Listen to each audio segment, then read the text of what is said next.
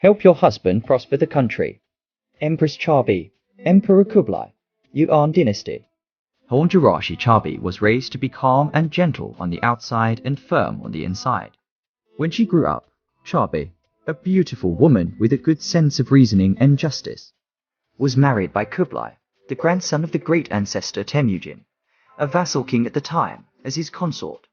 In 1251 AD, the Yuan Xianzong Mongol became the throne, and sent Kublai to deal with the military affairs of the south of the Han, thus making Kublai deeply influenced by the Han culture. Its ideology and behavioral activities slowly begin to break away from the old Mongolian aristocratic model. Kublai often invited some Han intellectuals to ask them to teach the way to rule the country.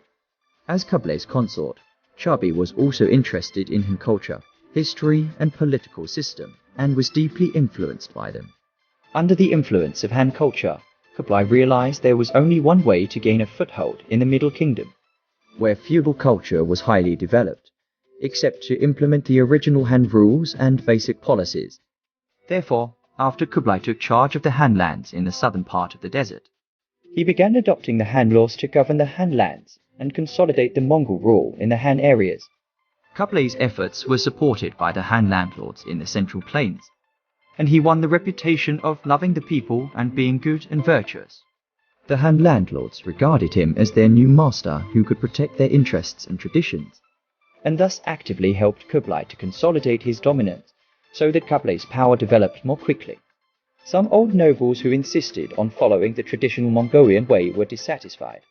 After the death of Mongol, the conflict between the old and new factions of the Mongol nobles developed to the point that it could not be solved by force.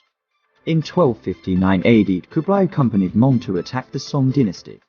At this time, the conflict between Kublai and the old Mongolian aristocracy intensified. Therefore, Kublai left Chabi and the 17-year-old Genjin in the north to keep an eye on the development of the situation in the north of the desert so that he could quickly take countermeasures. In 1259, Meng died in battle in Hezhou.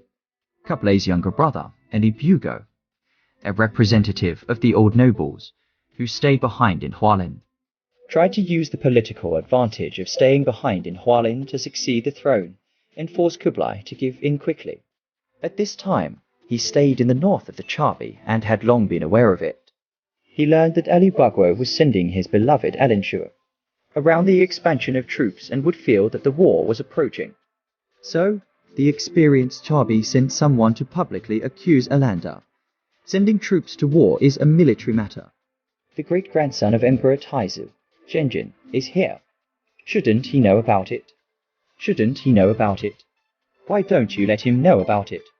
On the other hand, Chabi secretly sent her beloved to Kublai's camp, reported Ali Bugo's plan, and suggested leaving the army as soon as possible. After Kublai received Chabi's exact news, he finally decided to go back to the north to fight for the throne of Khan, and quickly returned to his camp to fight for the throne of Khan with Ali Bugo. In 1260 AD, he won the first big battle against Ali Bagawan. In 1261, he won another victory over Ali Bugo at Shimatujana.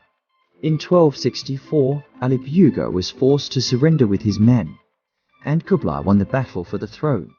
In the early years of Xiongchong, Chabi was appointed empress.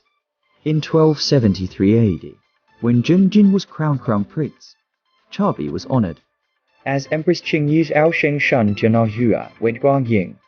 In Mongol tradition, when the Mongols first entered the Central Plains, they plundered the land.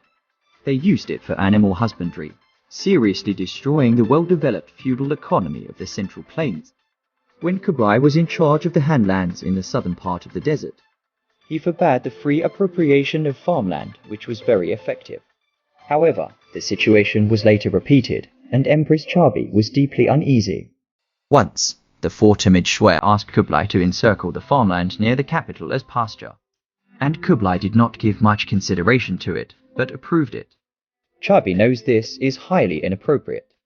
Yanjing Beijing is the heart of the Yuan dynasty, and pulling 100, if a large-scale encirclement of farmland, will inevitably cause resistance from the Han Chinese.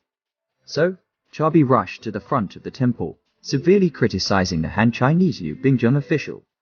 by accusing Liu Bingjung of enclosure the disadvantages of one by one in disguise to advise Kublai Lai. Her words made Kublai realize and order to stop the enclosure of farmland, thus avoiding the turmoil caused by this. In 1276 Kublai destroyed the southern Song dynasty, and the whole Mongolian race was intoxicated with the joy of victory. Just at this time, Queen Chabi, but timely reminder of the Kublai Lai. Do not forget, start a business is difficult. Keep the business is more difficult. Kublai. Chabi had 12 children. The second son of the real gold was established as the crown prince, grandson of Iron Muar, and inherited the throne in the death of Kublai Lai. Chabi, although living in such a prominent position, has maintained a frugal and industrious habit. Once, the Chabi sent by the government to supervise the support of the silk and silk table each a horse. Kublai no, after chided her, said, "These things are military necessities, not our private things. How can you casually support it?" After that, Chabi will often let the concubines in the palace, female pro-executive female workers, collect some of the old and waste the bowstring, after boiling and refining, woven into silk, used to make clothes. And its toughness and density can be comparable with any damask. Once again, Chabi saw the unused Tuan Hui house of some of the sheep's forelegs and felt very sorry. So they led the court ladies to collect, sewn into a carpet. In life, Chabi is such attention to thrift. As a result of long-term participation in labor, understand the situation and talent better. The original Mongolian cap is no front shan, but Kublai Lai hunting and shooting back. Complained to the Chabi and said, "Today's hunting because the sunlight is dazzling, and even let a goose from under the eyes of the fly away." Chabi listened to a bright idea for the hat plus a front shan. After wearing it very conveniently, Kublai Lai ordered this for the style, widely spread. Later, Chabi, also the Mongolian riding clothes, improved, making a kind of riding clothes called bijia, especially suitable for horseback riding and archery, for the people at that time loved to imitate. In 1281, Chabi died of illness. After Kublai's death, they were buried together in the valley of the Emperor's carriage. After the reign of King Shenzong, she was posthumously honored with the title of Empress Xiao Yui Shensheng. Empress Xiao Yui Shensheng.